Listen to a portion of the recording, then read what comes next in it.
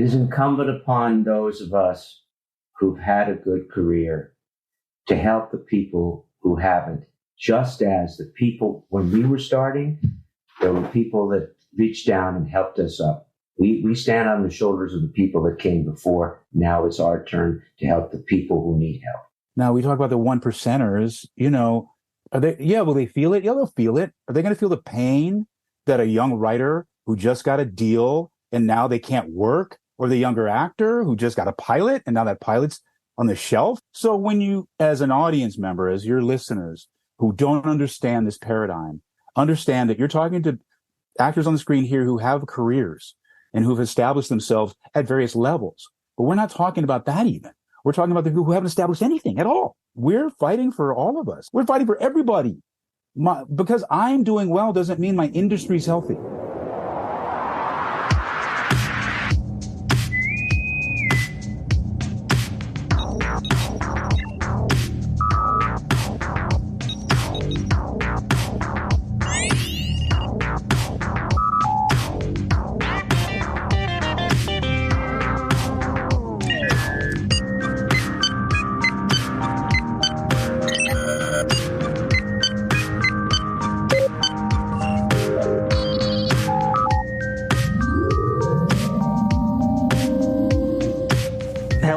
Welcome to Trek Untold, the Star Trek podcast that goes beyond the stars. I am your host, Matthew Kaplowitz.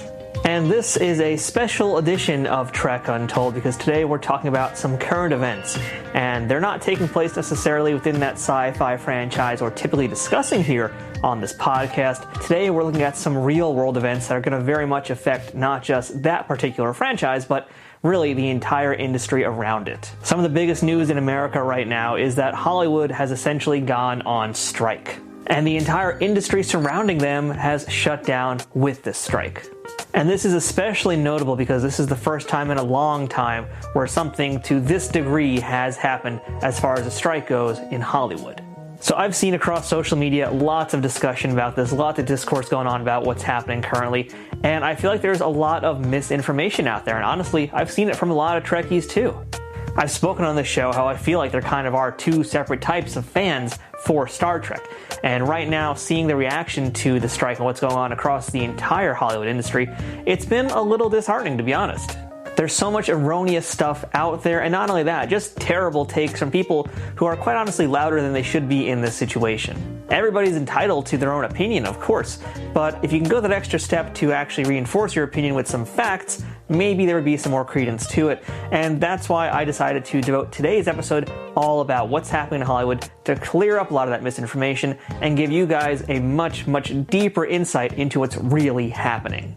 And the way we're going to talk about this today is by having it be discussed by folks who are actually very much directly involved in what's happening and directly being affected by what's happening. Today, I'm very honored and privileged to tell you guys that we have 6 guests joining us to talk all about this, and I'm going to let them introduce themselves right now. Hi, I'm Lisa Klink. I've been a member of the Writers Guild since 1996, and I'm going to stay out on the picket lines until we get a fair deal. Hi, my name is Bertella Damas. I became a member of SAG in 1985. And I also served on the board of directors between 2010 and 2015, first with the Screen Actors Guild and then after the merger with SAG-AFTRA. And I was also the national chair of the EEOC for 7 years. Hi, I'm Kitty Swink. I believe I joined in 1979, and I joined AFTRA before that. And 1977, really old. I am a former vice president of Screen Actors Guild. I served as a trustee of the Pension and Health Plan for 14 years and was the chair of many committees. And Armin? I believe my membership started in 1972, before some of you were born. I'm still a member. I was a national board member for SAG, I believe, for about 7 years. But I don't remember the years exactly. During that time, however, I was one of the co-chairs for one of the contract negotiating committees. I believe it was 99, could be a little 2001. 2001, thank you, Kitty. And I was chair of several committees. Most notably, I was co-chair of the Agent Relations Committee when it was there at Screen Actors Guild. I am Phil Morris. I've been a member of SAG since 1969. My father is Greg Morris from the original Mission Impossible series. I am not an executive. I have never spent time on a board. I've just been around the business since I was 10 years old. And before that, I've been through many, many strikes. I've seen a lot of pain and suffering. And that's kind of why I'm here today, just to give you my experience from a longtime member. So I'm the babe, I guess. I'm Tim Lunabus, and I've been a member since I believe it's 1990. And that was up in Northern California, and I moved down in 91 to pursue a career down here. And I'm thrilled to be doing this with Armin and Kitty because they actually were the first ones to sort of introduce me to the inner workings of SAG and the politics and the boards, all that stuff. So this is great. Now, fans of this particular podcast might recognize some of these folks already as previous guests on this show, and I'm not going to really mention what they did because that kind of does go against a little bit of what they're currently standing up for. But if you want to look up who they are and hear their podcast episodes, of course, more power to you. Please do that. And you can do that by just searching for the names in the show archives. But today's discussion has absolutely zero to do with them breaking down their performances or their skills and abilities. Today is about what they stand for and what they're fighting for. And to be completely honest with you also, it's not the easiest thing to talk about for a number of reasons. The first one being for me that really I am an outsider looking in just like all of you guys are. I might feel like I'm a little bit closer to things just because of this podcast and because of what I've learned and such, but at the end of the day, I'm not really directly affected by this, so I'm not as invested in it. Invested to the degree that these performers and this writer are. There is so much nuance and complexity in this conversation today, stuff that I think the majority of folks out there really have no idea about. We kind of see the big picture of what's going on, but we don't really know anything about the intricate little details that have made this situation become so severe. And what I hope for everybody who's watching or listening to today's episode of Trek Untold walk away with from this one is a better understanding of what's going on, and most importantly, why this actually affects you. Because believe it or not, it actually does. And not just based on the entertainment that you're going to not be able to see for a little while. There's actually a much deeper thing that's happening here that we're going to talk all about in a few moments. Before we get started, I kind of want to break down a few terms to give you guys just an overarching picture of what's currently happening here. Very recently, I wrote an article on my friend's site, rageworks.net, all about this. Basically, it's a little bit of a quick primer on what's going on here. So I'm going to be reading you guys word for word what I wrote on that article, and I'm going to have a link to it in the show notes, as well as, if you check them out, a whole bunch of other links to things that we'll be mentioning throughout the show, other topics that you get a chance to cover, and of course, ways that you guys can support the fund and what's happening with the folks on strike. But as for the story itself of what's happening in Hollywood, let's take this from the top. And this all begins with the WGA. The Writers Guild of America, here on referred to as the WGA, represents approximately 20,000 writers working in TV, film, radio, and forms of quote-unquote new media, which can be a variety of different things. The WGA were the first ones to go on strike in May due to failed negotiations, and not too long thereafter, SAG-AFTRA joined in their efforts. And that very long acronym, by the way, stands for the Screen Actors Guild. That makes up the SAG part of it.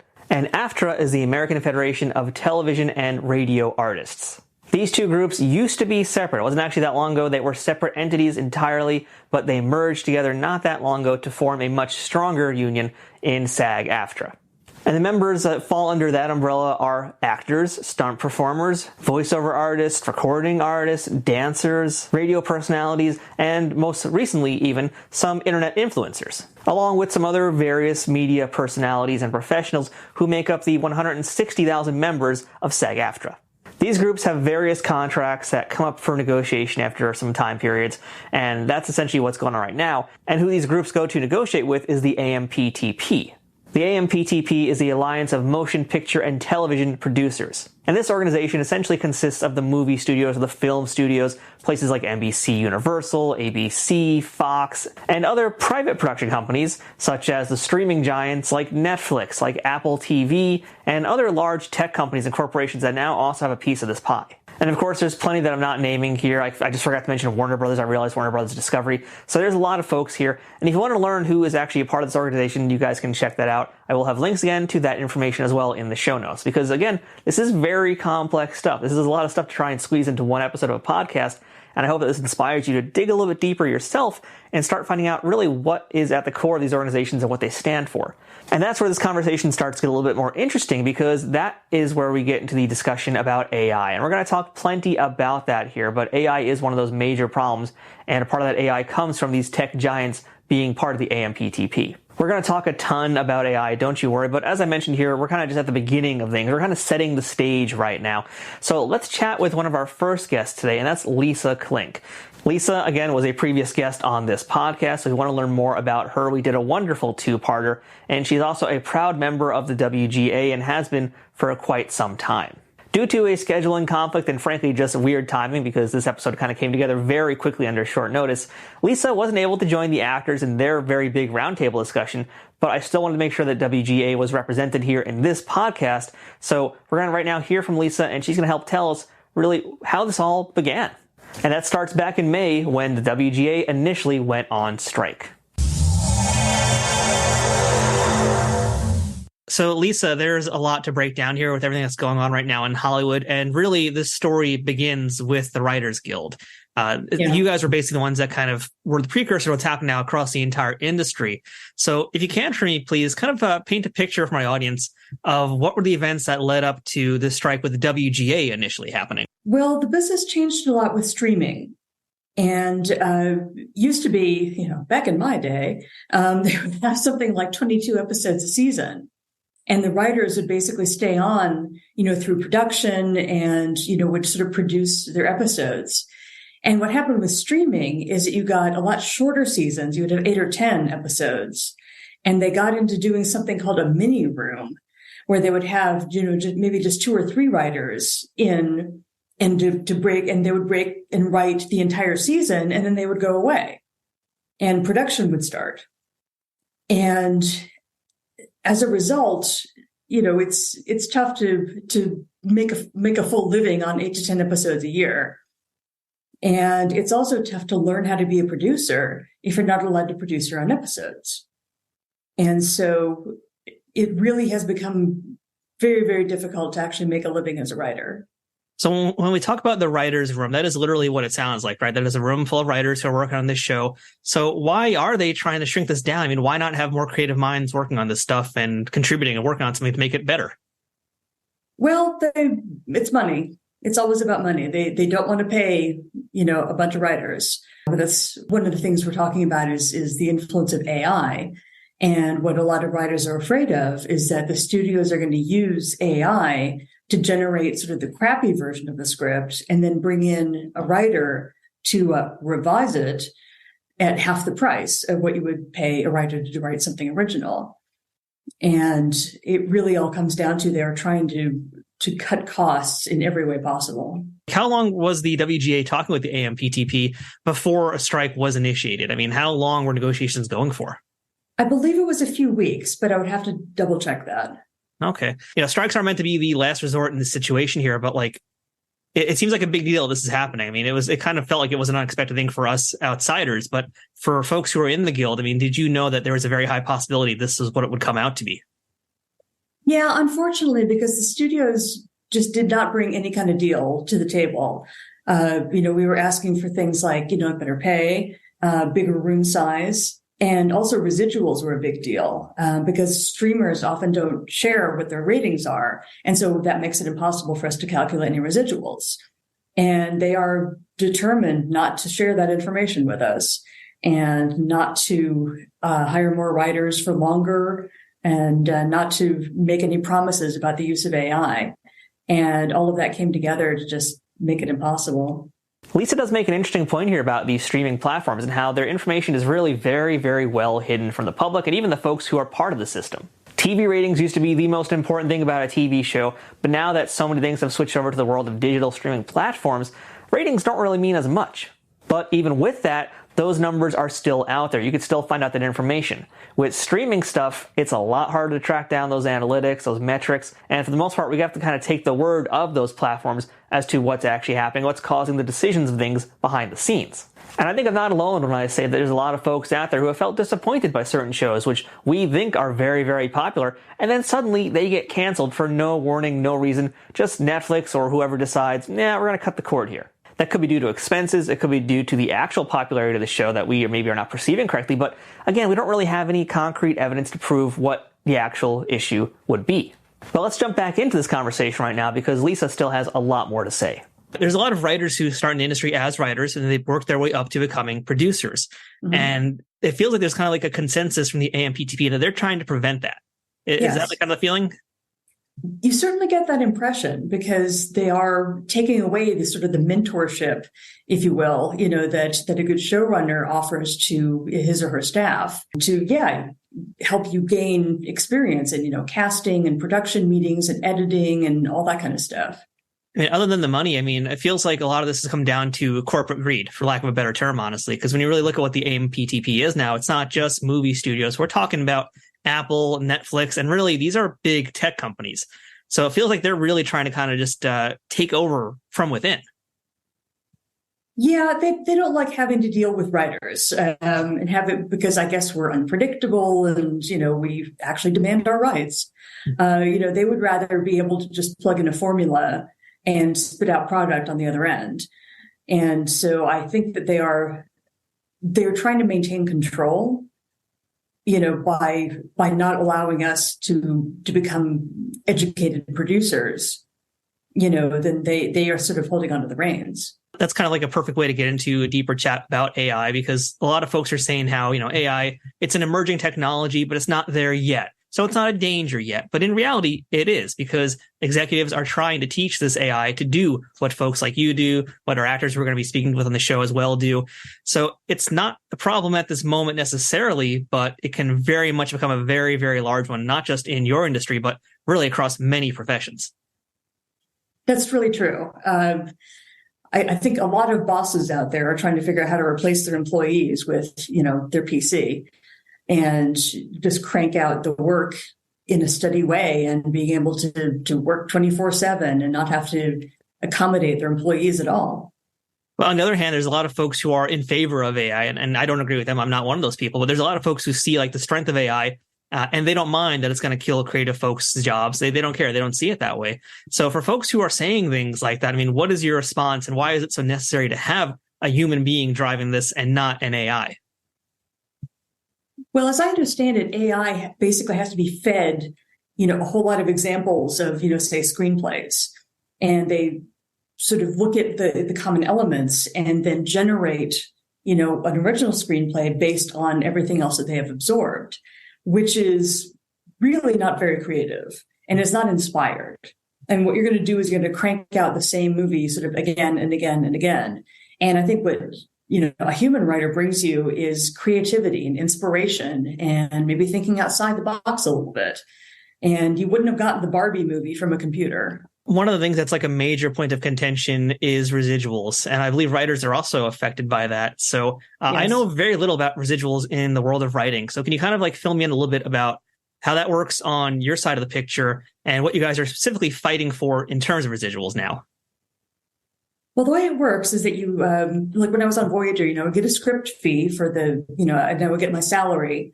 But then I would also get residuals every time the episode that I wrote would rerun, thereby making more money for the studio. I got a little bit of that.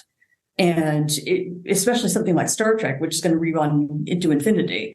I would get, obviously smaller and smaller residuals as time went on. But the idea is to share in the success. If something that we create goes on to be very successful and make a lot of money for the studio, we think it's only fair that we get a little share of that. I think there's also a lot of people don't really understand the reason for the existence of them, even with that said. I mean, because a lot of folks will view this as you did the job, it's done. Why are you getting paid again for it? So to kind of just go a little bit more in detail what you just said, I mean, really, why? Well, the trick is to make a living.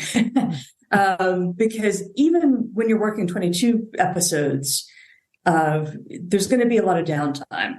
And, shows get canceled and it's really unpredictable. I mean, as a writer, either in TV or film, you cannot count on working the full year or making very much salary. You just can't count on it. And so residuals kind of help, fill in the gaps between actual paid work. You can at least count on residuals to get you through. I mean, essentially, everybody that's in this industry on both sides of the coin here are full-time freelancers. Is that a good way to put it? Yes. I mean, they're trying to turn us into gig workers, basically. Whereas it used to be, you'd have a staff that would be on for months. And they are trying to whittle that down to, just 2 or 3 writers who are there for a few weeks. But one of the benefits for the AMPTP and those studios that are trying to do that is that they can pay you less and you qualify for less healthcare benefits. So can you kind of talk to us about what you guys are fighting for in terms of what's not being given to you enough of? Well, obviously job security is the tough thing, but they can't really assure, that. So again, we have to get an increase in pay to be commensurate with, the rising cost of living. And, rent goes up. I think our salaries should go up. And also residuals, as you mentioned, that's a really important thing. And it just, any kind of security, any kind of assurance that you're going to be carried through the rough times. That you're going to have residuals, you're going to have the money that you made when you were on staff. And staff writers can make pretty good money because, again, it has to carry you through those downtimes. Now, this isn't the first time, even in the last few decades, that writers have gone on strike. And the most recent one was in 2007. And as I mentioned, Lisa wasn't able to actually join the actors with their conversation, but they were very sympathetic to the plights of that union. Mini rooms are a pain in the ass to the writers, and that's an issue we don't have, but one that has to be addressed on the writer's side.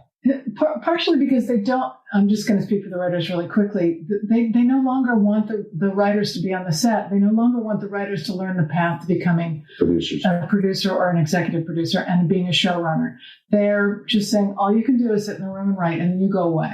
So they get less money, and they don't learn the skill to become the next person who is creating show. Yeah, and they'll have them, like, instead of having them throughout a project, it's now just pre-production, and you guys get in a room for a small amount of time to create, the scripts, etc., and then you can all leave, and then we'll just keep one of you maybe to be the showrunner, and if there's any issues, that person can handle it. It's ridiculous, and the whole thing is the real why movies and television shows are so good when they are. It's because of rewrites. It's because they're reworking all of this. So that first draft that they gave you that you're working with, that shouldn't be the final product. Now, this strike is pretty different because this is one of the first times in a long time, in fact, since 1960, that the WGA and SAG-AFTRA are side by side. An acting union and a writing union are going head to head against the AMPTP. What is the significance of this? And again, how did they join the fight? Well, I think the significance is that they're being affected by streaming much the same way that writers are, in that there are, shorter orders. And so if you're a regular on a series, you have far fewer episodes to be in. And residuals are an issue for actors as well as writers. And AI is actually even more threatening, I think, to actors right now than it is to writers, because all they have to do is digitally scan your face, and studios are trying to get it so that they would scan an actor and then be able to use them in perpetuity with no further compensation. So it's really largely a matter of respect that, acknowledging that writers and actors are the creative force behind this product, and that the studios do in fact need us, and that we really just want to be treated as partners more than employees. I feel like this is almost like a little tiny piece of a much bigger picture of respect for the arts in general. I see plenty of people who want to go to Comic-Cons who will be walking down Artist Alley and they'll be like, that's $20. I'd give them $5 maybe, things like that. You hear stuff like that where people just don't really value or appreciate or understand the significance of art in general. And that's what folks like you do. That's what the actors do as well.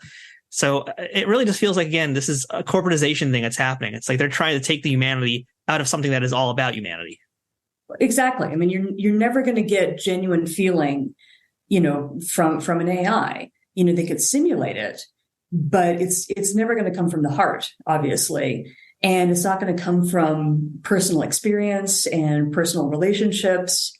And basically what makes us individuals is what we bring to the work. And AI kind of synthesizes, a whole bunch of different works and spits out, I think, the most generic version. So what do you feel like is the biggest difference between that strike in 2007, 2008 to what we have right now here in 2023? Well, I think that there's an awful lot of support behind us this time, I think, even more than there was in 2007. I mean, not only from the actors, but from the public. I feel like, and again, if you look at social media, if you read news stories, they really seem to be largely supportive of the unions. And the sort of the corporate greed that we are facing is something that a lot of people in a lot of industries are facing. And so I think they tend to sympathize with us. So we really feel like we have, a whole army behind us in a way that maybe we didn't before.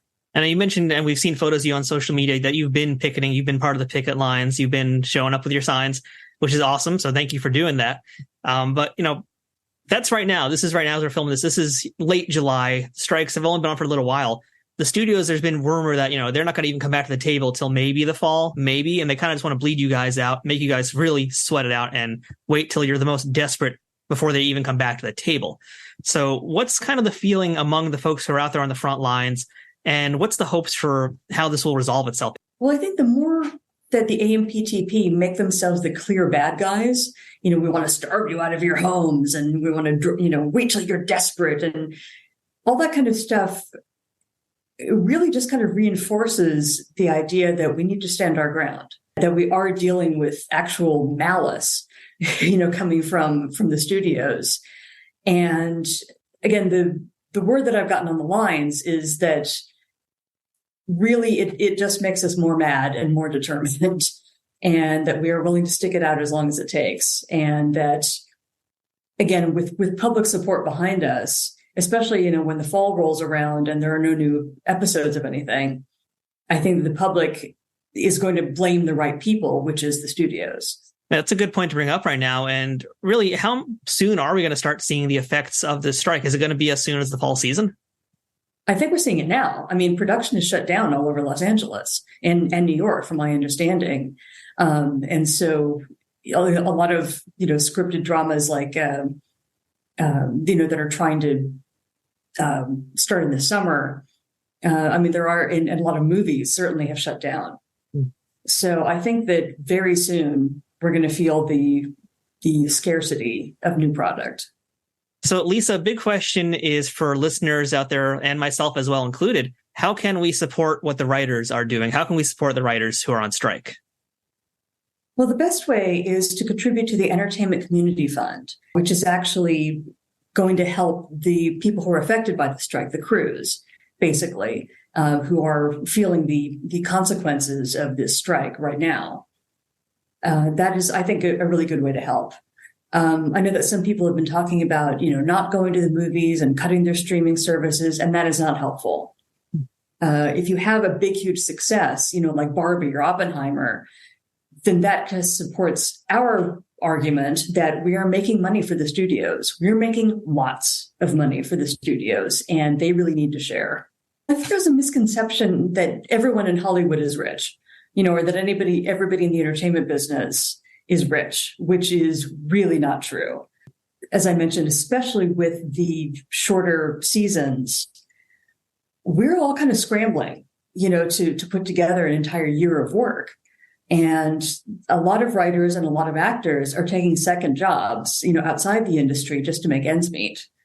And so most of the writers and actors are working class and are not living the life of, George Clooney and Brad Pitt and those people. I also want to really impress upon you how momentous this event is that's happening right now, this current strike in Hollywood, because this is the first time in decades that a writers' union and an acting union have joined forces to go up against the AMPTP or another negotiating body. And when was the last time this happened? Well, believe it or not, 1960. That's right, all the way back in 1960. And you probably wouldn't even believe me if I told you who was the one who was essentially the head of what was going on in the negotiations, because it's kind of a shocker, but Ronald Reagan was actually the person who negotiated for many of those things back in 1960. And Ronald Reagan is frankly responsible for a lot of the things that actors and writers and everybody else that's covered under these unions get now in their current deals. Reagan did a ton of things here, and it's really kind of ironic to look at that because, you go from Reagan working with these unions and their sort of socialist ideas to what his presidency was as the American president. They're pretty darn polar opposites in so many ways. I mean, he deregulated so many things for better or for worse. That's up for debate, of course. That's a different episode. But it's pretty big stark contrast with each other of what he did here, what he accomplished in 1960. But these things were so important that they very much stuck and have evolved over time. But at this point, they kind of have actually stopped evolving.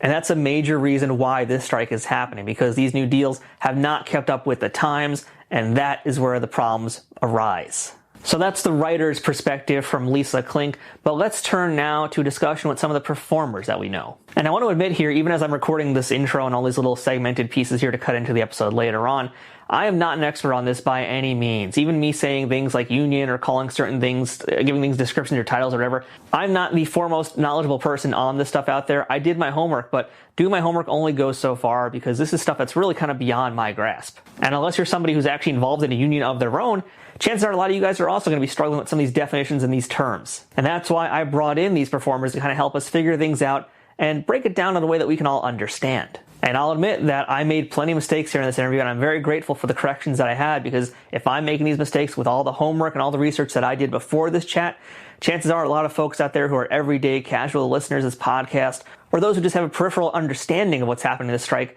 there's going to be a lot of things that you're missing, a lot of pieces of the puzzle that you haven't been able to put together. So at this point, you're going to hear a lot less from me during this roundtable discussion, and that's probably for the best. So now it's time to get educated on what's actually happening with the actors and the Hollywood strike, how this affects an entire industry, not just of performers, not just of even the writers, but really expands far beyond it to the entire industry itself, and most importantly, how this affects somebody like you and me. Well, thank you guys all for being here today to chat with us here. There's a lot to break down here, and there's frankly a lot of misinformation out there. And I think the first thing I kind of want to start with is just the strike itself, because truly strikes are the last resort. And there's been months of negotiating that a lot of us were not privy to. And then all of a sudden, the public right there for the Screen Actors Guild, there were not months of negotiation. There was only 3 weeks of negotiation. There was pre-work done in the guild itself, but the actual negotiations were rather short, only 3 weeks. Usually they're longer. Well, they did extend it, and that was an issue. They extended because they started late. And negotiations is, when you're just waiting around to get a response, that's not really a negotiation when they're not coming to the table at times. Well, they didn't during the tension. We were out for 5 days of the 12 days that they asked for an extension, and they left for 5 days in that. Yes, but it was altogether it was 35 days with the extension. And I know because my husband was on the negotiating committee. He still is on the negotiating committee. Although I'd like him not to be, but okay, he still is. And I've also served on 2 negotiating committees. So this was, in a sense, that big of an extension was unusual. We have extended in the past for a day or 2 days, or even just till like 3 a.m, but not like this. So I guess my kind of follow-up to that then is essentially what happened, what went wrong that then led to the strike actually being a necessity? Well, since none of us were sitting there except Priscilla's husband, I can't for one answer that because I don't know. I wasn't there. Truth is, the other side did not want to negotiate in good faith, is my understanding. They just kept coming back with everything less than, and not even meeting or reaching anything close to what the actors were asking for. And I think you can see that if you go to the website, there is a great breakdown of what the proposals were and what the responses were. And I mean, when you have an AI proposal and they come back with, we're just going to scan this one background actor and then use that image in perpetuity and forever and ever, right? That's a problem with a 1 day's pay. So that's just a hop, skip, and a jump to doing that to a principal actor or any actor, really, performer, stunt performer, with a range of membership. So there was just an egregiousness and a kind of sense that we were being disrespected, ignored. I mean, when you come in and you want an 11% rate hike, and they come back at you with 3.22 and then 5, not even 5, right, William? So, I mean, that's just completely ignoring us completely. And I think as a guild, we have behaved as good sports for way too long.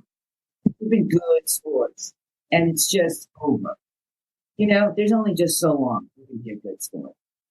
And these guys know better than I do, but, you know, my belief is that, you know, unlike the past where it was, you know, studios running the negotiations from their side in terms of driving it, it's so corporate, and you have these big streamers that are involved now and are sort of dictating. It just seems like it's becoming a lot more hardcore, cold, sterile, and bottom line. Just to weigh in from a performer's point of view, I had no idea about the negotiate. Oh, I do a little bit, but not certainly as much as our panel here. I think there's a philosophical difference. You know, I mean, there's a we thing on the side of the unions. It's a we thing, and the AMPTP is a me thing, and that's a philosophical difference, and that's where we have had trouble. It doesn't matter what strike you 1980, back in the 30s. I mean, there's just a philosophical difference in that the village is not being served. And without this village, they produce no thing. There is no thing that they can produce. So what has to happen, in my opinion, what has to happen is an understanding that all of these crafts, all of these departments, all these unions contribute to this whole. And the more that we philosophically refuse to acknowledge that we are all a part of the whole, and that they're the puppet masters and we're basically the slaves, we're always going to have problems. We're just always going to have problems, no matter what the numbers are. And so we have to get to the point where we understand the contributions of everybody. And without those contributions, we don't have anything. Armin and we all have done conventions. We go to conventions quite a bit. If we're fortunate enough to have the kind of career that people will respond to our work. Without those people, there's no me. Without that audience, I can't exist. It's the same here. Without us, they can't exist because it just cannot happen by itself. And there has to be a response. And when we get to the point of respect, honor, and integrity, then we'll have a conversation. Until then, it is negotiation and it's hardcore. Welcome to America. Yeah, and I think it's important we bring out some sort of nuts and bolts for your viewers and listeners, because we're all speaking because we understand inherently what's going on and what has impacted this and what has impacted us. And you know, in the old days of network television and residuals, you would work on something, you would get paid for whether it's the day or the week. It used to always be the week. And then at some negotiation, then it became like, you know, trying to pay us for a day or 3 days to get in what they would have had, you know, in a week. And then you would get, whenever it would air, whether on network, you'd get, you know, a certain amount, a good chunk. When it went to cable, you'd get more. And as long as it kept airing, you would be paid for each time it aired. You know, I still get my Star Trek checks from 1993, I think it was. And they still are more than what the Orange is the Next Black actors are getting for their residuals. So now that it's streaming is the main way to view content. With network and on television, you had commercial ads and stuff that were going in, and that was a way to justify why we need to keep getting our fair share, because we've helped create the product. And in streaming, the writers and the actors now, it's a whole different model in terms of pay. And on top of that, it's less episodes for a show each season. And then on top of that, sometimes they still want exclusivity, so that, you know, you work on a show and now you're waiting until you work again. And so now you've been paid for a limited amount of time for that year. So what our potential for earning has dropped immeasurably compared to what we used to get. And it's much harder now to make a living as an actor or a writer. I think it's really important to say one more time, 87% of our union does not make the $26,000 that it takes to get health insurance. These are people that you recognize. A lot of them are people that you recognize. I don't have health insurance. I have health insurance because I'm old and I have Medicare. But that said, Armin and I have had health insurance for decades. It's a different world. And I worked a lot this year, but I'm not going to qualify because I can't use residuals. And that's because exactly what's happening in our business is happening in every business, and drug companies and healthcare corporations are pushing down the middle class and the lower classes and feeding their stockholders. Now, I'm happy to say I have some stock, but it doesn't mean that it's fair. It's not fair. There's a couple of things I want to clarify between what Tim and Kitty just said. So just so that the audience understands, we work many different, what we call schedules. We work different types of jobs. So we also have different types of residual formulas for everywhere that we appear, or if a program gets moved from network to cable, or from streaming to cable, or network to streaming. So just to get, I don't want to get too wonky, but there's a lot of different ways. Modalities, different pay scales, yes. That will determine the different amounts of residuals that we'll get. The people on Orange is the New Black were getting the very minimal residuals, which I also get when I was on Bosch, because that was before we did the new streaming contracts in 2017. So those residuals are coming to me in pennies, and the people from Orange, we did include that residual. But the issue, as Kitty says, is that really it's kind of wonderful that we only need to make $26,000, which is maybe $2,000 above the poverty level in America, to qualify for health insurance. That's a great thing. That's a wonderful level, right? But the tragedy is that no one can make the $26,000. And what they did is they reduced our health benefits quite a bit in 2020 or 2019. 2019, they decided that people over 65, it was 2020. Yeah. 2020, they that, for instance, they were going to change the whole way that we qualify. So we had many tiers of qualification for our pension and health, and for health care. That went away completely. And then they changed something, which, look, in reality was the way it was in old SAG. But in new SAG-AFTRA in 2017, seniors could qualify with sessions, that means work days, plus their residuals, because those residuals are still having money contributed to the health and pension fund. Mm-hmm. So it's kind of wonky and it's all over the place, but I just want you to know that they just kept taking things away from us. And every time we got a new kind of programming, our residuals kept going down and down and down. And then with the advent of self-tape, the competition went up and up and up. And so now I audition with people from all over the world that are going in for roles, for instance, because I am Hispanic, Latina, Latinx, whatever the new thing is that they're calling us. And so I'm actually competing with people internationally, and they can hire anybody they want. So I'm sorry, I want to address something Phil said. We're actually in great danger, and we have to understand that this is an existential moment that is going to alter the complete future of our jobs. And this is why it is so important that we take a tremendous stand now and that we push back hard. Because this AI issue will take jobs away from every single sector of this industry. Casting will disappear. Agents won't be needed anymore. They can just copy anybody they want So this is like a worldwide issue. Costumers won't be necessary. Stage managers won't be necessary. Sorry, I went theater there. But production supervisors, IMPMs, all UPMs, all of that will go away.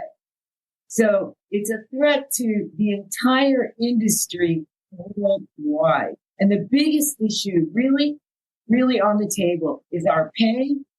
It's about time we get some outsized raises. It's been 43 years that we've been dealing with these minimal raises that do not even address cost of living or inflation and AI. Those are super big issues and they affect the entire world. The reason why they are so important right now is because in terms of AI, it's not at the point yet where they can say F you and see you later. So we have leverage there.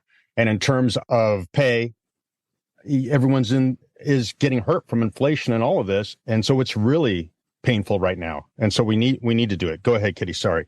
I was just going to say, it's not just our industry, it's every industry. AI is going to affect every single industry. It's going to affect every working person in America, every single working person in the world. Whether you're living in Ukraine right now in the middle of a war, or you're living in Los Angeles, California, AI is a threat to all of us. Per person income has been drastically reduced as per person residual income per work show does not match what it was pre-streaming. Wow. And there's another interesting thing I want to bring up. While I was having the thoughts that, oh my God, like Kitty just said, and like I previously said, this is going to affect the entire business in the world, I also had the thought that why is the AMPTP, why are the studios dealing with Amazon and Apple? Because basically Amazon and Apple are their enemy. I mean, honestly, the AMPTP should be striking with us. They should be on our side because I don't think that they would come up with such idiotic proposal on background if it wasn't that they actually don't know what they're going to do while Amazon and Apple are crawling through their networks, stealing content right now. So it's just extraordinary to me. I'm like, wow, you're in the lion's den. And Netflix, you took in Netflix. Netflix made money by licensing your content. And the AMPTP, the studios, did not have the foresight to see that this is the way it was always going to go. So I personally believe that the studios are really dumbfounded. And I think, in a way, they're just as screwed. And they know it. Because they're dealing with the enemy right in their den. We at least know that this is going to affect everyone. I don't think they quite know that they're dealing with the enemy right within their own den. Yeah, and the strikes would be a lot shorter probably if it was just the studios. But because there's Netflix, because there's Amazon, Apple Plus, whatever, they're the ones that want to bleed us dry. I'm not sure. I'm not actually sure because Netflix has been in some ways with actors much easier to negotiate with than, for instance, the writers have had a really horrible time with the mini rooms and the way that Netflix has basically treated them as almost disposable and really horrible. But with the actors, there's been a little distinction. Okay. I don't know what's going on in those rooms, but I bet you they don't know what to do with AI. I bet you they don't have any idea. And right now, they're in their room, in their offices, trying to structure how they're going to deal with AI before they even come at us. Because honestly, if I were Amazon and Apple doing business, I'd be crawling through their content right now. There's nothing stopping them from stealing. Nothing at this moment.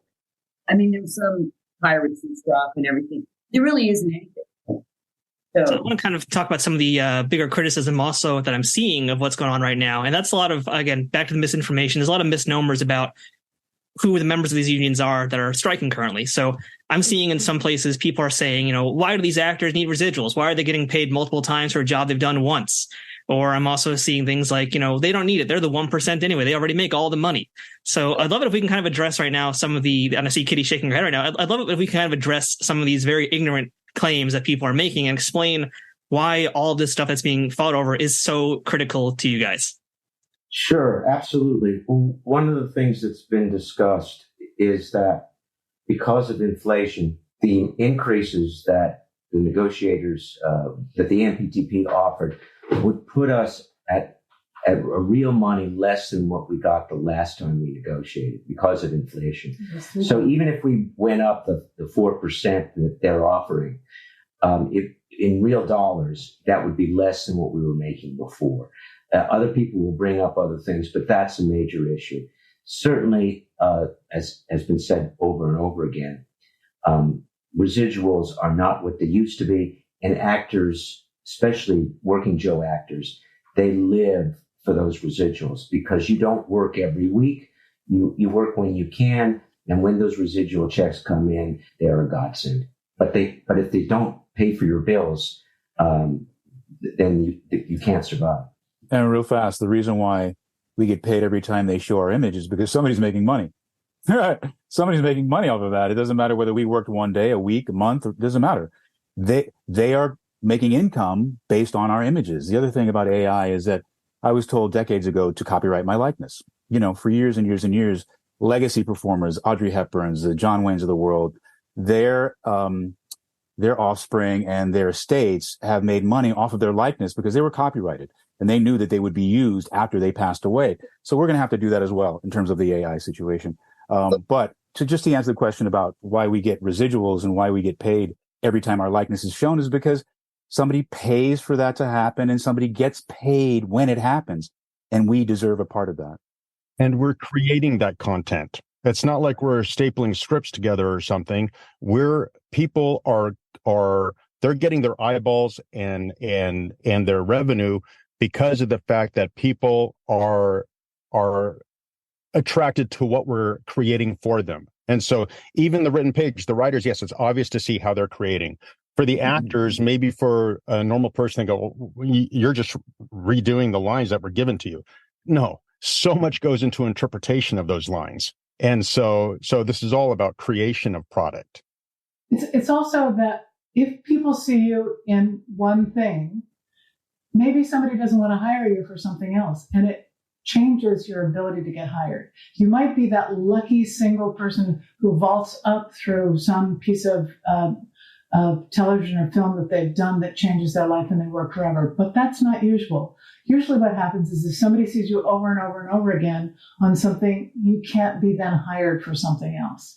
You're giving your soul and your art and your talent and your memorization and your time and your all of those things, and it stops being bought someplace else because some commercial you did is showing over and over and over again, and people only think of you as that or that, whatever it is. You understand what I mean? It's self-limiting.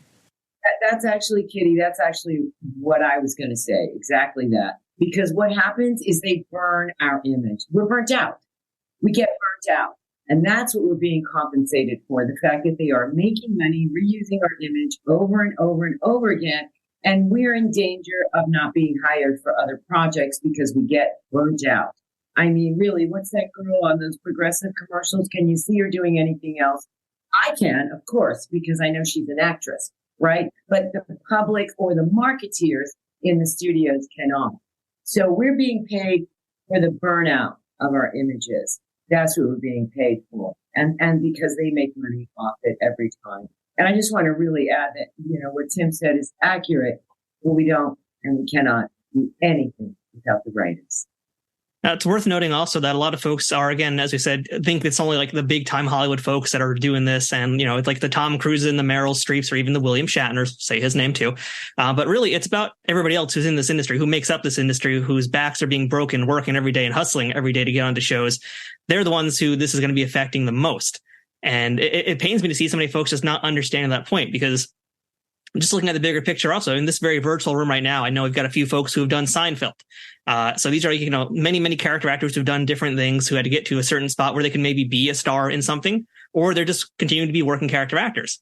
So I want to kind of stress this point here with you folks is that, again, like the big 1% of top stars, they have agents who can work these things out, right? They get better deals. It's basically the working actors and the character actors and the everyday ambient extras and backgrounds. Like they're the ones who this is going to really be affecting the most. I would say, for the viewers of this, please go and watch a movie or watch an episodic and pay attention to how many people you see across that screen. And then that gives you an idea of those are all actors, and so there are a lot more than just the stars, and it shouldn't be seen. And all those actors that you see that aren't the main people in the show, they're really struggling to survive. I'm going to tell you something. This actually affects them too. I mean, Scarlett Johansson, she had to sue Disney because they screwed her out of her money. So yeah, okay, they make exorbitant amounts of money. Fine. Great. Everybody should be entitled to make money, right? But that affects them too. And I'll tell you, the images they'll be stealing will be some of us on the lower tiers, and then even lower tiers, whatever. I consider that we're all in the same boat, but just for this conversation, right? But it affects everyone. And look, we have an issue in this town. Because it's not just, how is it that Ari Emanuel is the person making the largest salary? Ari Emanuel is the head of an agency. So we have agents that can be 3% of production companies. There's a lot that goes on that affects everything. So I'm just going to say, yeah, the 1% will be affected just as well. Okay. But yeah, what we're speaking to is the middle class and working class actors. But those big agencies do affect the rest of us. It affects the livelihood of regular agents who have smaller agencies that have had to close over the years because of the conglomeration of these three big agencies now. Because now it's three, it's four, now it's three. So those things affect us as well. And they affect everybody below that line. And they affect those 1% actors too. You guys this is such a good panel you guys have. It's so perfect because we're so balanced. My issue is with the people who will feel the pain. Now we talk about the 1%ers, will they feel it? Yeah, they'll feel it. Are they going to feel the pain that a young writer who just got a deal and now they can't work and they just left Walmart or wherever and now they got to go back there because who knows how long? Or the younger actor who just got a pilot and now that pilot's on the shelf and they don't know when they got to move back to Indiana or wherever they came from because that was their last month's rent and they just really made it. 87% of us don't reach the threshold, as Kitty said. So that's the poverty level, 87%. So when you, as an audience member, as your listeners who don't understand this paradigm, when they take it into consideration, understand that you're talking to actors on the screen here who have careers and who've established themselves at various levels. But we're not talking about that even. We're talking about the people who haven't established anything at all. And that's a lot of us. That's a great percentage of our industry. And so we're fighting for all of us. We're not just fighting for Armin and Kitty and Tim and me and everybody else on this, and Bertilla and everybody else on this. We're fighting for everybody. Because I'm doing well doesn't mean my industry's healthy. And so if my industry's not healthy, I'm not healthy. So I'm here for the dis-ease of the industry, not mine. Not the 1%ers, but the bottom 1%, the bottom 87%. It's tough, man. And just like Phil just said and Kitty said earlier, this is reflective of society, of what we're dealing with in this country. That gap of the haves and have-nots, it just keeps increasing. And at some point, we need to stand up. That's the way change ever occurs. It is incumbent upon those of us who've had a good career to help the people who haven't, just as the people, when we were starting, there were people that reached down and helped us up. We stand on the shoulders of the people that came before. Now it's our turn to help the people who need help. And I'm so thankful to Armin. Sorry, just one last thing. And all the celebrities that you see, because they always take photos of them, or that you see them on the news. And that's what sort of gives the picture of, for your viewers and listeners, that this is just about rich people wanting to be richer. It's not. I am so appreciative that they are out there because they know that they can help have an impact and affect change and help the rest of the membership. So I think one of the biggest differences we're seeing now, we've kind of started to talk about it here and there throughout this conversation, is who these unions are going up against. And it's not just studios this time. It is essentially tech companies that you're going up against. And that's also, I think, AI has become such a integral part of this conversation. And we've already mentioned how AI might not be there yet, but it will be there one day. And to be fair, that's actually they actually kind of already are there, whether folks realize it or not. And for folks who are video gamers, for example, like myself, we know motion cap performers, by the way, are covered in SAG-AFTRA, and motion cap performers work in the video game industry. And for the most part, a lot of folks will work on set for one day and they will have their likeness, they'll have their body reused. So it's already affecting industries. It just hasn't gotten to the point where they can completely replicate a human being yet, but we're close. Those are two different contracts. The interactive motion capture is a completely different contract that's actually being negotiated now. The performance capture actors only get coverage right now with Netflix. Ah, okay. Interesting. And it's worth explaining to your audience as well, as Bertella was just talking about, that we have several contracts, different contracts. Only the TV film contract and its subsidiaries are being struck. People can still do commercials. People can still do games. People can still do cartoons. Those contracts are not being struck. People are beginning to think, oh, all actors are out of work. It's not true.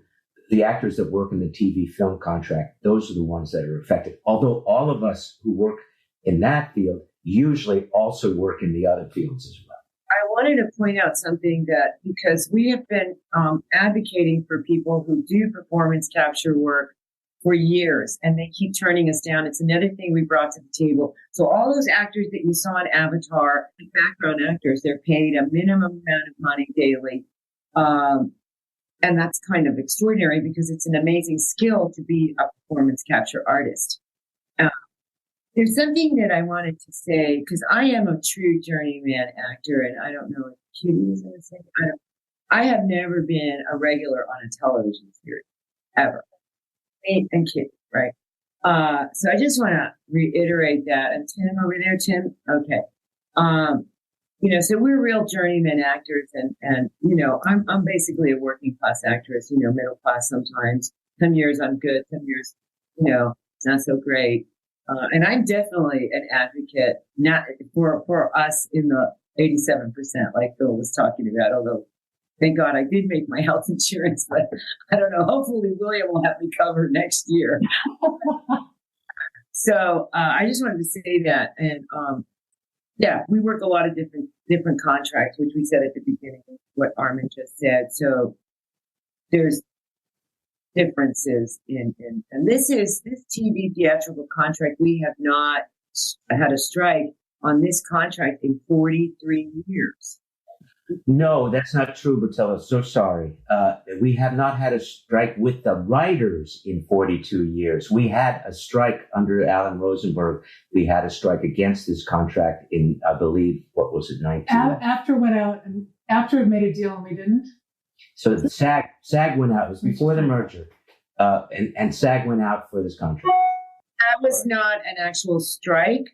That was a delay in negotiations on the part of the Screen Actors Guild, and the Alan Rosenberg was president at the time. And look, I don't want to talk about that group of people, but that was not a strike. We had no strike authorization. We did not strike. What we did is withhold negotiations because we did not want to negotiate with AFTRA. And the leadership at that time told AFTRA that they could not negotiate 50-50 with us anymore, which was something we had done for the previous 27 years. So it wasn't actually a strike. It was a stoppage. We stopped negotiating the contract. AFTRA waited 9 months and picked up the contract that we still were withholding on because we had differences of opinion with the AMPTP and with our negotiating partners in AFTRA. So there was no strike at that time.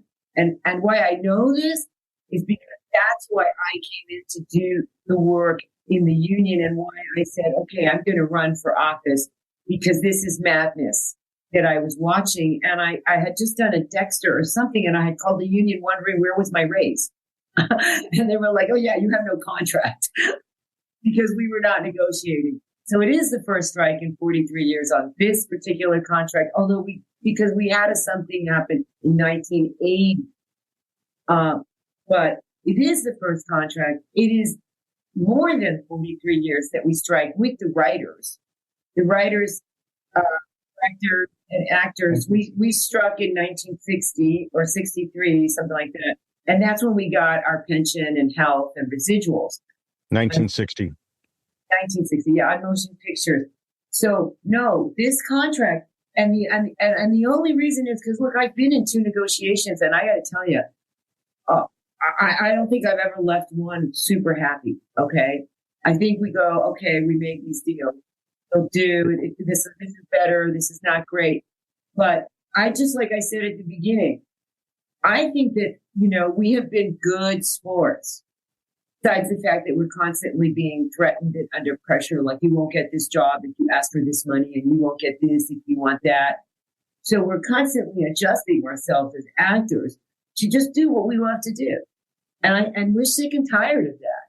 We're sick and tired of being disrespected. We're sick and tired of the undignified position that they put us in. We want to live lives with some dignity. And dignity means that you are able to live a life where you can afford to pay your rent, get your kids to school, pay your health care, and get health care. That's dignity. And we are sick and tired of being denied a simple, dignified living.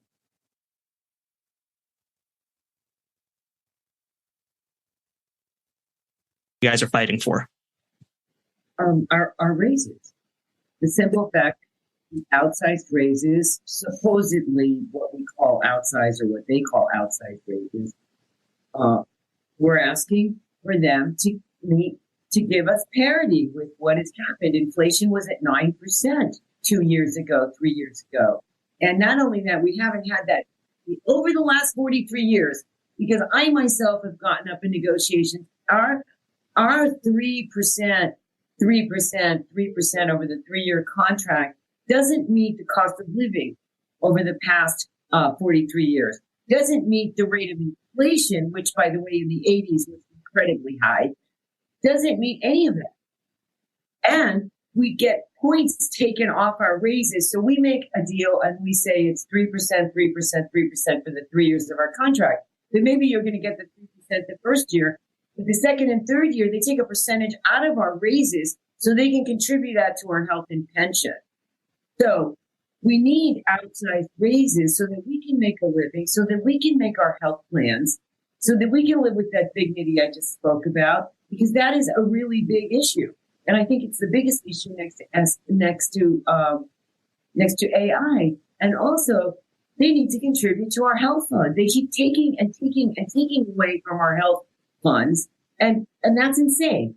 Here's the problem. There's half of the trustees are from labor and half of the trustees are from management, and the trustees must protect the health plan. They cannot let it go bankrupt. So that's why we lose things. However, there's caps on what studios pay for an actor. They only pay into the health plan up to a certain rate. That rate hasn't been raised for over 40 years. Over 40 years. So they're not paying more money for those actors that are carrying a television show or a film. And because that cap is not going up, it's compressing everybody else down. And so that the working class actor can't get the health insurance they need. If a regular actor's been on a series for 5 or 6 years and they go over the cap, right? They could be paying a lot of money the following year. They will not get health insurance coverage. Right. So there's 2 caps. There's the cap per episode and there's the cap for the entire run of the show per season. So you can have actors who are working class actors who can't make their health insurance when the show goes to streaming or cable or whatever because they're not getting contributions anymore. And those actors may never work again and often do not. But their face is out there, and the reason why they're not working is exactly the point Bertilla made before. And then one other key item that's separate from that is that in order to have an accurate, gauge of what residuals should be paid to actors, we need to be able to see the numbers. What is the viewership of each, show and episode and stuff? And Kitty, in the past, was very influential. There was something called the residual study back in the the turn of the century. And she and her committee were able, through the negotiating committee, to go in and we negotiated so that we could look at those books. That ability has disappeared now. And Tim is absolutely right. Without knowing what the bottom line is for the people we are negotiating across the table with, there's no real hard and fast thing that we can hold on to. We can only talk about anecdotal information. We need to see those figures in order to be able to ask for a fair share, whether it's more or less. Without those numbers, we're only reading tea leaves. And to tell you the truth, I don't think the stockholders for Netflix or Amazon or any of those places have seen the books either. And if they did, I think they'd be shocked. Yeah, I think they would be shocked as well.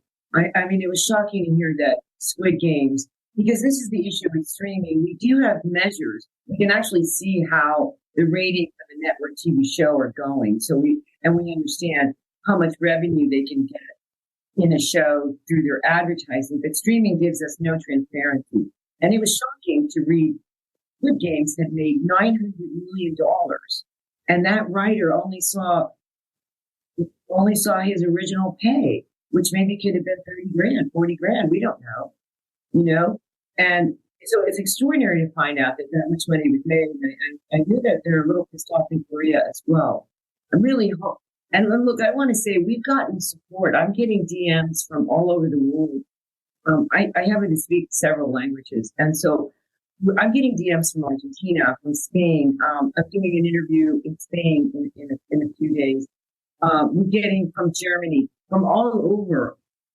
They are supporting this. And it's on news. I was getting DMs from Prague. My girlfriend's in Prague. And she's like, oh, God, it's okay. Tell me this. Asking questions. So this has become a real international issue. And I just really want to thank everybody for their support. And I hope we get continued support. Now, before I was working here in this world of Star Trek and sci-fi and nerdy stuff, I was a combat sports journalist. And so I was covering things like kickboxing, UFC, mixed martial arts, wrestling, actual collegiate wrestling, not pro wrestling necessarily. And I know that when you talk to a fighter, you don't necessarily ask them, what's your strategy for your next fight? And today we're talking about a fight. So, Phil, I want to throw this to you first. I know I can't ask you guys what's your strategy to win, but what would you say is the greatest weakness that the AMPTP has that you guys can take advantage of?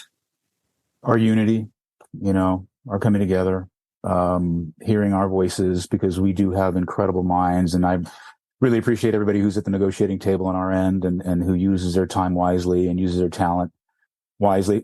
I honor all the people who are walking in the line and suffering in the heat or lack of water and food and time away from their careers to do this very necessary work.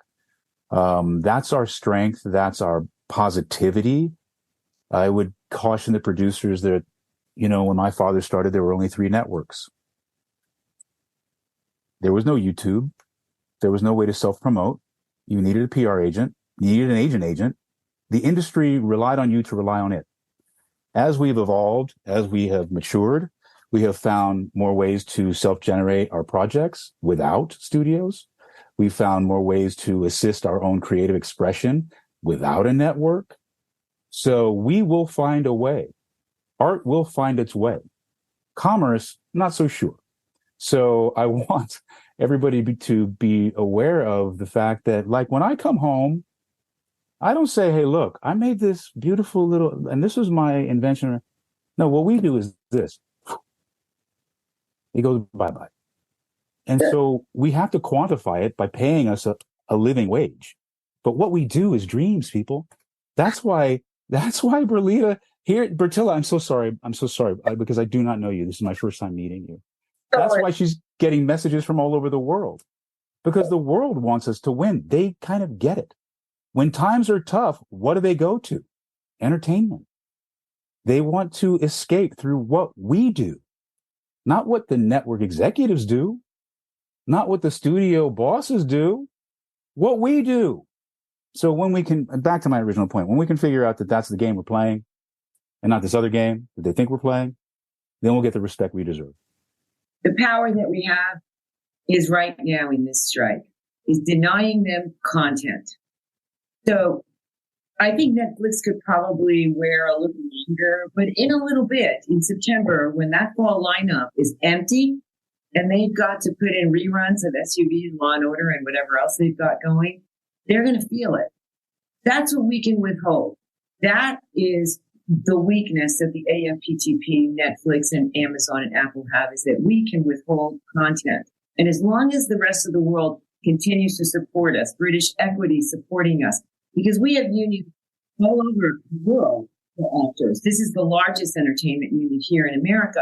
But make no mistake about it, big shows aren't SAG-AFTRA, like Game of Thrones and House of Dragons and a whole bunch of other shows. So as long as the global community can support us, and as long as we withhold content, that is the weakness that for the AMPTP. And the other thing I think is their weakness is I don't think they know what the hell to do to monetize AI and to keep Amazon and Apple out of their content. That's the other weakness. If they're actually dealing with the devil right in their house. And the other weakness in terms of the strike is underestimating. We are actors, we are writers, we are used to being struggling artists. Every actor, every writer has struggled at some point, and we can do this all day, and we will do it. And our passion, we're very passionate people. So we have strength, we have unity, we have passion, we have artistry. We're there. I'm going to tell a story. I was walking the picket line last week with a friend of mine who's a writer. She had befriended a young woman who was 21 years old, who's a senior in college. On every day off from her summer job, she comes and pickets. And why does she do that? Because she's a writer and an actor, and at some point in her life, she wants to be paid a living wage. That's our strength. Our future is our strength. And if I may add one last comment, the AMPTP is made up of different companies, different studios. Each of those studios has their own agenda. If the strike lasts long enough, those different entities will start to butt heads with each other for the very reasons that everybody has said. So in time, those entities will begin to bicker, and eventually someone will win that particular contest, and they'll come to terms with the actors union and the writers union, because everybody will know what's the right thing to do. Even at this 5% inadequate raise that they came back at us with, they individually are putting out maybe 30 million each over like each year, right? I mean, when you think about the fact that Bob Igor or whatever, I call him Igor, okay? I can only call him Igor, makes $27 million a year. So at the rate of what they were offering, really each studio is only putting out about $30 million a year over the 3-year contract. Okay. That's basically what it broke down to. It's a wonderful spreadsheet. I was going to post it, but I think people won't understand it on Twitter. I don't know. I'm not underestimating, but it's just a little complicated, because of the way he wrote it. And I don't want people to think that's what we're going to settle for, because that 5% is not enough. But that's all it would cost them. So imagine if we just had 10%, it would cost them maybe $60 million, right? Which is still what some of them, of the CEOs are making yearly.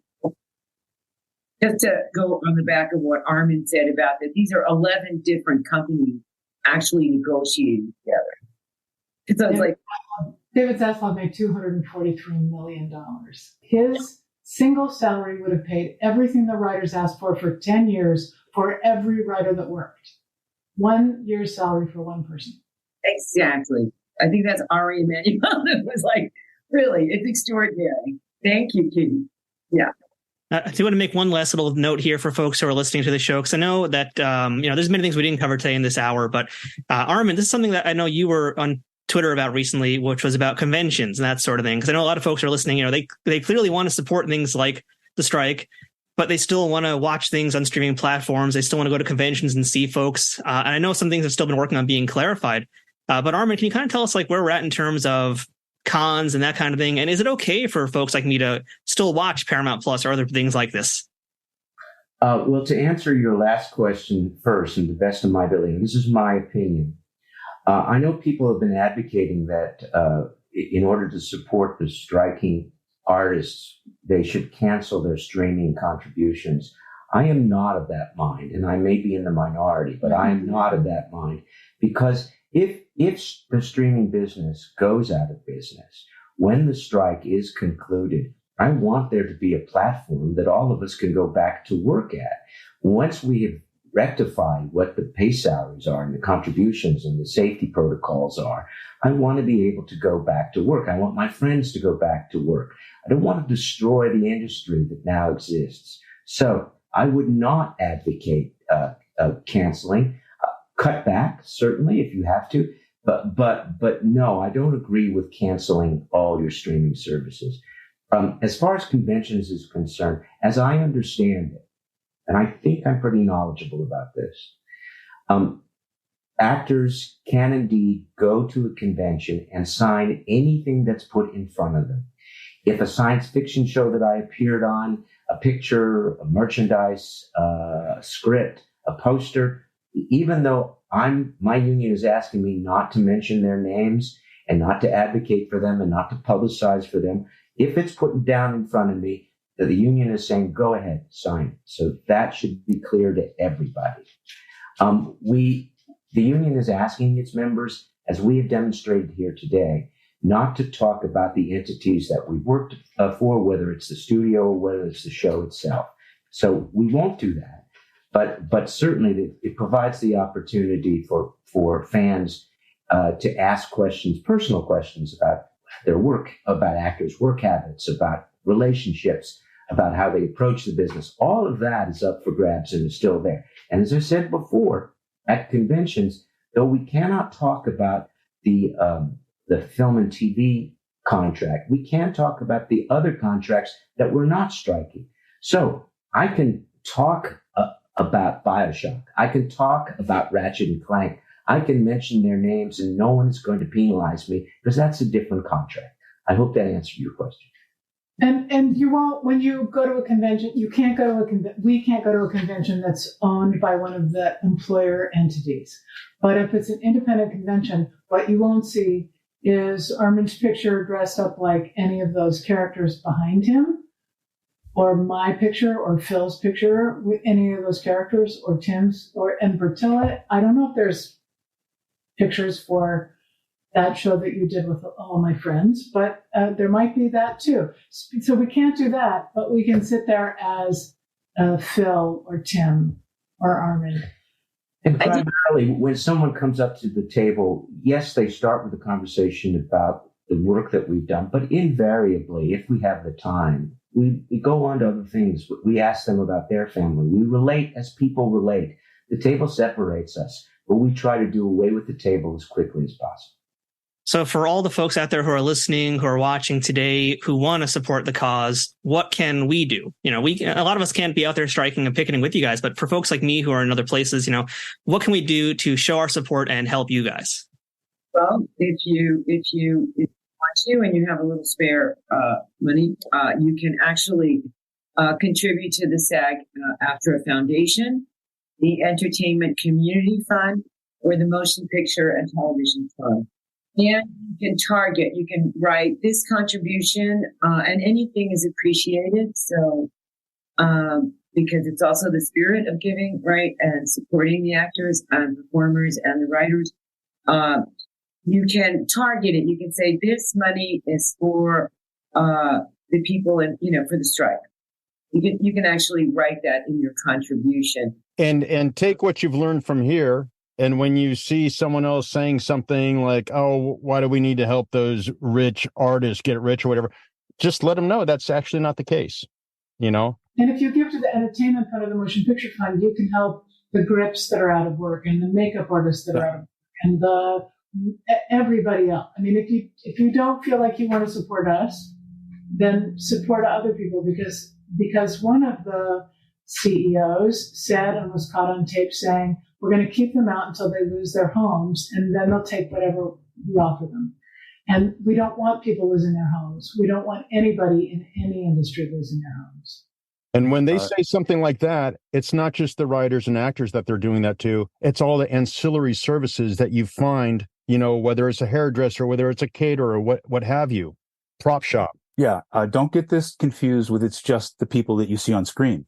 There's so many support industries that help us be on screen that they are affected as well, sometimes more, because they work sometimes every day, and I don't work every day. They're there day in and day out. They're there when we get there. They're there when we leave. So please understand this is pain on a universal level. It's not just targeted. The other thing is, Bertilla makes a very good point. The funds are incredibly important to actors who are in need of that, to performers who are in need of those resources. So please search those out. The other thing you can do is If you miss your entertainment, write about it. Tell them. Just say, I love this actor. I miss them. I love this show. I miss it. I want to have this. You tell them as an audience that you want this done with. You tell them as their consumer that you're tired of this, that you want to have your performers, the ones that you idolize, you love, equitably compensated. Trust and believe they will listen, especially if you're in numbers. So you do have the power of the pen, as we used to say.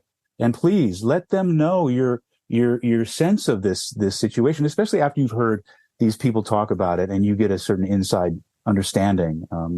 It's really important. I know myself and many other people who've just advocated for the strike, and we're 100%, 110% behind it. But I do want to apologize to all the people that the strike is affecting, and they don't have a vote in this. All the people that Tim and Phil and Bertilla and Kitty have mentioned that aren't part of this strike and whose businesses are being affected because the actors and the writers are on strike. It is, as we said at the very top, it is the last thing we think about when we go into negotiations. And we know that it hurts people. And for me and from all those like me who feel the same way, my apologies for this, but it will be over and things will go back eventually. I'm with you, Armin, and I'm also hoping that our strike will support better contracts for IATSE and any of the other unions involved in our work and across our town. Because right now, hotels workers are striking. UPS is in very hostile negotiations right now. That's the largest contract in the entire country. So, yeah, I'm with you. I think the auto workers after them. It's the unions that made the middle class. It is a shame what has happened to the unions. We are here advocating not just for our union, but for all unions. And I think that's kind of the moral of this episode also is really what's happening right now in Hollywood is indicative of what's happening throughout this country and so many other places. It's going to be trickling down across many other facets of what we do, whether it's professionally or personally. So, you guys have all my support, and I want to thank you all very much again for being here, for talking us through all of this. There's a lot of ignorance and misunderstanding out there, and I will admittedly say that, a lot of this stuff I don't know either. I'm pretty ignorant to it, but I appreciate you guys breaking it all down for us in a way that's very easy to understand. And, I normally like to end these episodes with all sorts of little quotes that are from a certain show. But I am going to use one that is beyond that franchise. And the way I always end my shows is with a Latin saying, which is in English, fortune favors the bold. So I believe that what's happening right now is very much seeing that in action. So fortune favors the bold. And I wish everybody in this community all the success and that we get what we want and we all can get back to not just normalcy, but something better than what we had before. Awesome. Thank you for having us. So once again, I want to thank all of my guests for joining me today on very short notice to get this episode out there. And I'm so appreciative for them for giving me their time, their generosity with their knowledge, and helping all of us fill in these blanks so that we can better support them, better understand their plight, and better talk to others about it too. Ignorance breeds ignorance, and the only way to fight back against it is with knowledge. And everybody who joined us today for this panel gave us a wonderful gift that we can use and share with others. Now, as we already mentioned, there are a few different ways you can support the causes right now. We already mentioned the Entertainment Community Fund, and you can visit them at entertainmentcommunity.org to find out how to donate to their cause. You can also support the SAG-AFTRA Foundation, which is located at sagaftra.foundation. And last but certainly not least, there's also the Motion Picture Television Fund, which you can go to AMPTP.com to learn how you can support them there. I will say most of these sites have a page with like a suggested donation, and it's usually some kind of big numbers, but if you're not comfortable with those numbers, and frankly a lot of us won't be, I know myself, I'm not, there is a spot where you can donate a number of your choosing. So it doesn't need to be 4 digits, it doesn't even need to be 3 digits, it doesn't even need to be 2 digits if you don't want it to be. It's whatever you're comfortable giving. And since this show has been all about misnomers and misinformation and fighting back against some ignorant claims, a lot of people are going to probably be saying right now, why should I donate to actors? As if they didn't listen to the entire show and didn't hear what we just talked about. But why should we donate to these folks? Why shouldn't we be donating to the homeless instead? Or to cure cancer or other things? And my response to that is simply, okay, do that too. Nobody's stopping you from donating to all these good causes, So yes, please continue to support the fight against pediatric cancer or support folks getting to proper shelters. Whatever you want to do, of course, keep doing it. No one's stopping you. Please help them out.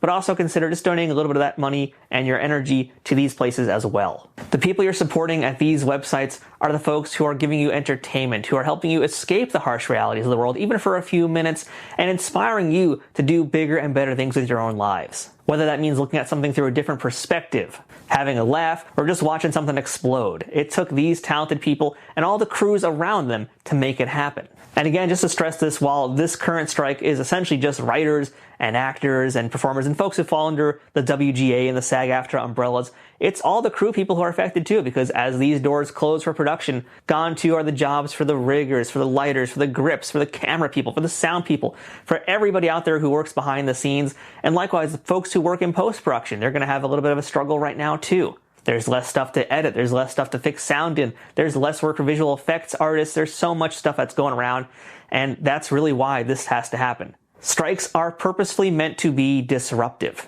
And it's not just to prove a point. It's because, as we said already, it's the last resort to failed negotiations. Nobody wants to go on strike, but sometimes you have to. As far as when this strike will end, of course, I have zero idea, and my panel really doesn't know that either. But I can say in the time being, we are likely to see a little bit of a renaissance in the arts as well. In the past, when we had writers' strikes, we were suddenly bombarded with things like more reality shows, and I expect that to be something that happens also, along with seeing more international programming start to pop up.